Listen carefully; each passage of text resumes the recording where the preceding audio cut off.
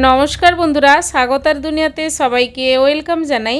আজ আমি বানাবো নারায়ণের সিন্নি প্রসাদ।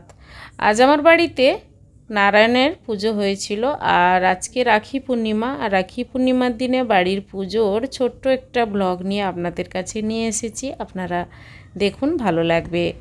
সিন্নি প্রসাদ বানানোর জন্য আমি একটা পেতলের গামলা নিয়েছি। তার মধ্যে দিয়ে দিলাম 1 বাটি আটা, 2 বাটি দুধ, আর দিয়ে দেব কাঁঠালি কলা। কাঁঠালি কলাগুলো আমি ছাড়িয়ে দিয়ে দিচ্ছি 6 থেকে 7টি। আর দিয়ে দিচ্ছি 200 গ্রাম গুড়, আর দেব নারকেল কোড়া।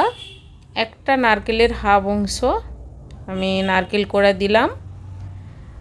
আর দেব কাজু বাদাম, বাজার থেকে কিনে আনা কাজু বাদাম ভালোভাবে ধুয়ে পরিষ্কার করে তারপর কাজু বাদাম দিয়ে দেব।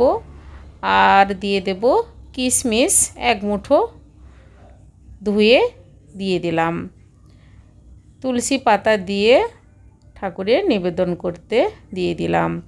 আমাদের বাড়িতে সবসময় পূর্ণিমা পুজো বাড়িতে হয়, আর তারপর হচ্ছে আজকে রাখি পূর্ণিমা। তাই রাখি পূর্ণিমার দিনেও পুজোটাও ভালোভাবে আমি করছি। ঠাকুরমশাই এসেছে, সকাল থেকে আয়োজন করেছি। ছেলে মেয়ে হাজব্যান্ড সবার আজকে ছুটি ছিল, তা বাড়িতে সবাই আছে।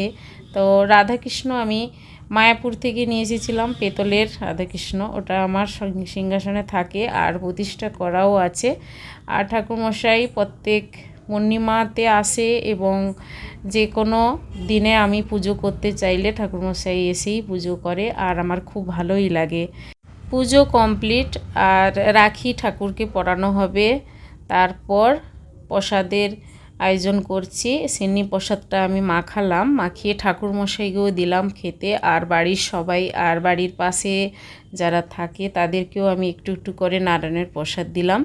বন্ধুরা, আজকের এই নারায়ণের সিন্নির প্রসাদ এবং আমার বাড়ির ছোট্ট একটা পুজোর ব্লগে আপনাদের কেমন লাগলো কমেন্ট করে কিন্তু অবশ্যই জানাবেন, লাইক করবেন, আর আমার চ্যানেলটি বন্ধুরা সাবস্ক্রাইব করে নেবেন। পাশে থাকা বেল আইকন প্রেস করবেন। আমার চ্যানেলে যখন কোনো নতুন রেসিপি দেব আপনাদের কাছে নোটিফিকেশান খুব সহজে পৌঁছে যাবে।